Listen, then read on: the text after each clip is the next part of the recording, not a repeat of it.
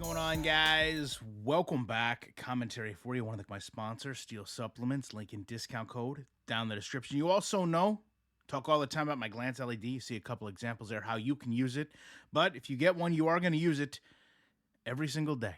Live real-time data from MLB, NHL, NFL, NCAA, you name it. It's going to keep you up to date live, real-time, what's going on, not just in sports, but if you're concerned about weather, stocks, news, all you got to do, buy the unit, no subscription fee. You plug it in, connect it to your internet, you tell it what you want to see, and that is exactly what it's going to do. So we got our first Madden NFL 25 revealed today, and I got to say, step in the right direction when we're talking about commentary teams. Listen, I think it's been probably 10 years that we have not had a change in commentary team. So to know that Mike Tirico and Greg Olson are going to be in the game is great. I'm hoping that this means, and a lot of times with Madden it doesn't, but I'm hoping this means that they're keeping the original commentary in the game. That way we can have different broadcasts from one to the next.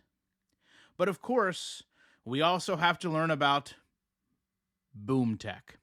Now, if you followed my career on YouTube, you know one of the things that I cannot stand the most is when EA develops a technology and then puts it into a game as a selling feature. Because here we are, EA calling this a dynamic, physics-based tackling system that unlocks the re-engineered hit stick and a new level of ball carrier control. I'm going to read this back to you because this is a lot. Rather than just saying, we've heard for years you want a real-time physics in the game, and we've added that. Every hit is going to be unique. Every moment is going to be calculated. You know, the things they've sold us before, like field sense, where every step was going to matter. Rather than coming out and saying, hey, we know that we sold you those things before and we didn't deliver. Now we've put a physics-based engine in the game that is going to re-engineer not only how the user controls the player, but also how the tacklers interact with the ball carrier.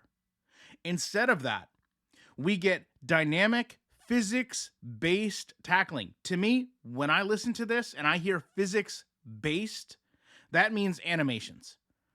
Animations that were recaptured through motion capture, which of course uses physics, and then get implemented into the game.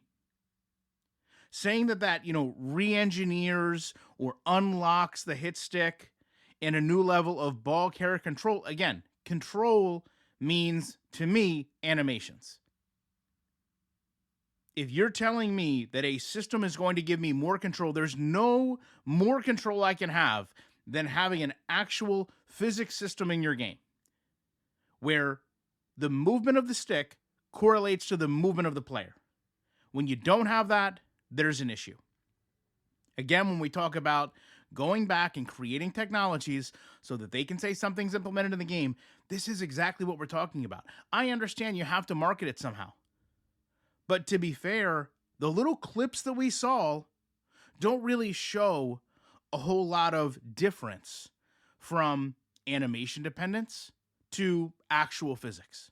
And if you go back and watch my last video where I revisit Madden 25, we talked about all these same things. They were selling us the exact same product. Now, again, I am glad that they're at least listening to the community and they're trying to create the game that we want, but we're getting more words than we are getting actual improvements. They go on to say it's rewarding, to grow the NFL experience alongside players, and we've got more control, a depth of immersion. Boom Tech has been years in the making, and it's the most impactful improvement since Field Sense. And this has new audio, it has new visuals. We're going to increase customization, and then Madden 25 will look, feel, and sound different.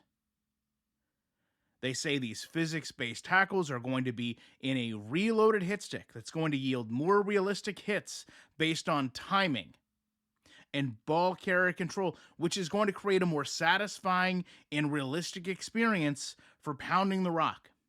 Now, I'll go back, and I've said this multiple times. When you remove things from the game, right?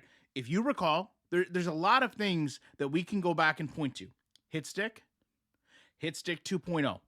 You used to be able to determine how you were going to tackle the player. You would hit the tackle low, you would hit the tackle high, and it would give you different animations. But unless you remove that from the game, then you can't add things like this back in. That's the problem so many of us have. You used to have a lead block control. Now, I understand to a degree, and just to give you both sides of the argument, no one asked that I saw for the hit stick to be removed. The hit stick, if you actually followed the lineage of this, was removed because they claimed that they had this physics-based tackle engine, so your hit stick wasn't really relevant.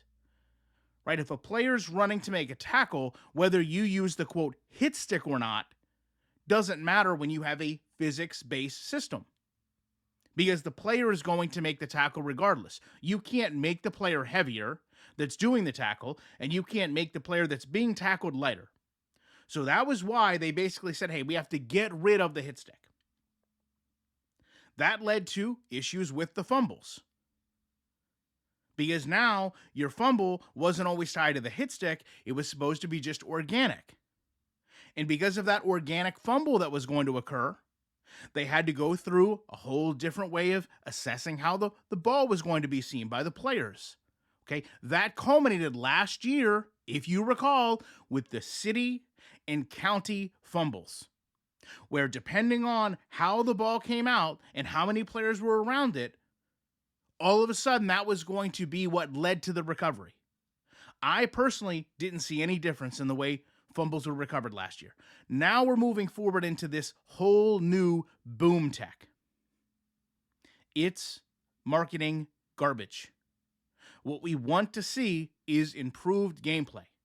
What we want to see is a game that simulates football. And no player on Sunday lines up and says, boy, I hope my boom tech is working today because I'm ready to go make a big tackle. No running back says, boy, you better try to hit me with that boom tech because if you don't, I'm not going down. These are the gimmicks that we talk about.